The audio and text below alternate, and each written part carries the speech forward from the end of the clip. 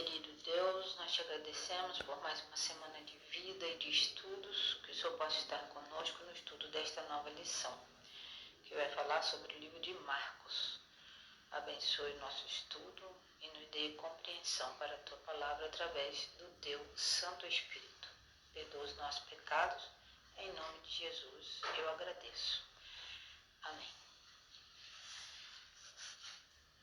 No livro de Marcos, no Evangelho de Marcos, desde o início desse Evangelho, nós podemos entender quem é Jesus, que Ele é o Messias, que é o Filho de Deus, mas as pessoas daquela época eles tinham dificuldades de entender bem quem era Jesus, qual era o propósito dele, a missão que ele tinha, os desafios que ele tinha para evangelizar as pessoas e esclarecer na mente delas quem ele realmente era.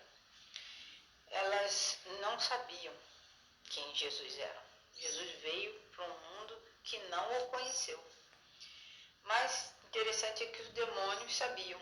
Eles reconheciam quem era Jesus porque eles conheceram de alguma forma Jesus desde quando eles souberam da gravidez de Maria e tudo mais. Eles começaram a notar que alguma coisa era diferente, E Jesus sempre pedia para as pessoas manter segredo quando elas recebiam uma graça, uma bênção, um milagre, E Jesus pedia para não contarem para ninguém.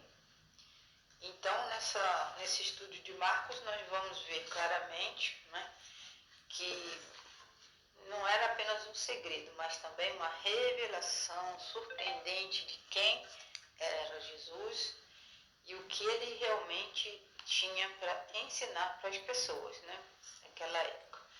Porque eles tinham uma ideia totalmente diferente a respeito do Messias, apesar de judeus serem o povo escolhido para justamente falar dele ao mundo inteiro. Então essa história, ela é bem contada, é bem rápida, no livro de Marcos, e parece que o escritor, ele escreveu coisas bem diretas a respeito de Jesus e que não deixa nenhuma dúvida, porque ele queria mostrar que os atos de Jesus falariam por si mesmos, tudo que Jesus fez, realizou e que foi espalhado mesmo naquela época. Não adiantou pedir para que Jesus ficasse oculto, ou que não mencionassem as obras dele, mas as obras dele falam por si mesmas.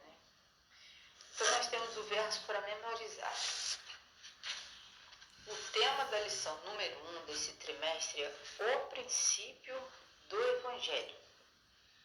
Então, a palavra princípio significa começo. Verso para memorizar.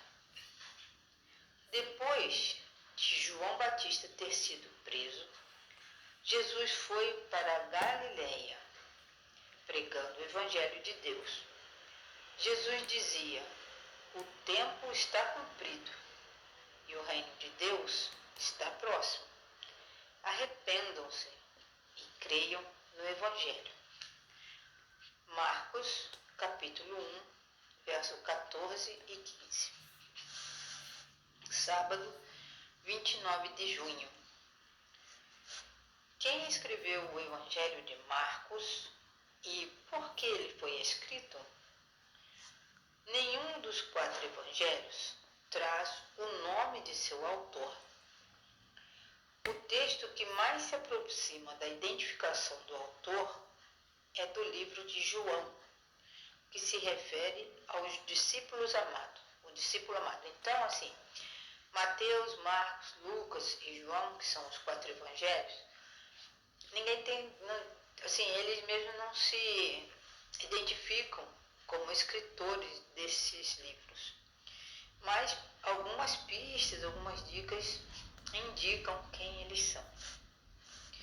Então, desde os tempos antigos, cada um dos evangelhos canônicos tem sido associado a um apóstolo.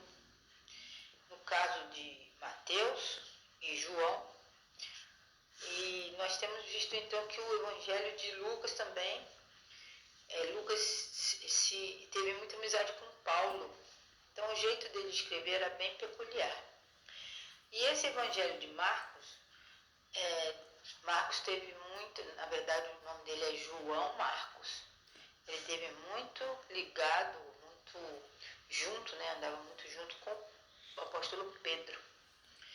Isso nós podemos ver em 1 Pedro 5,13. Aqui nós lemos: aquela que está em Babilônia, também eleita, envia saudações, e também Marcos, meu filho. Saúdem uns aos outros com um beijo de santo amor. Paz a todos vocês que estão em Cristo. Então está aqui, é uma carta, E essa é a saudação final dessa carta.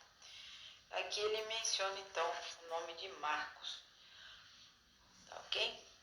Ele diz assim, meu filho, mas eles têm a costume de falar isso para as pessoas que aceitam a fé por causa de algum trabalho missionário, algum apelo que a pessoa fez. Então eles chamam de filho na fé, ok?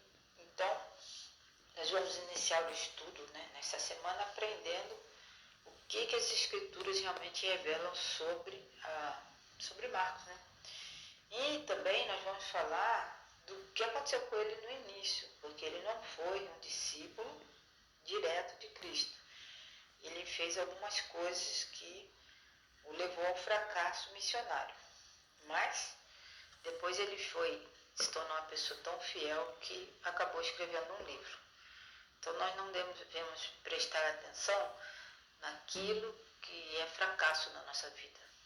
Nós devemos aprender com nossos erros e seguir adiante, confiando que Deus, como a palavra de Deus diz, vai completar a boa obra em nós, para que a gente chegue a revelar mesmo o caráter de Cristo na nossa própria vida.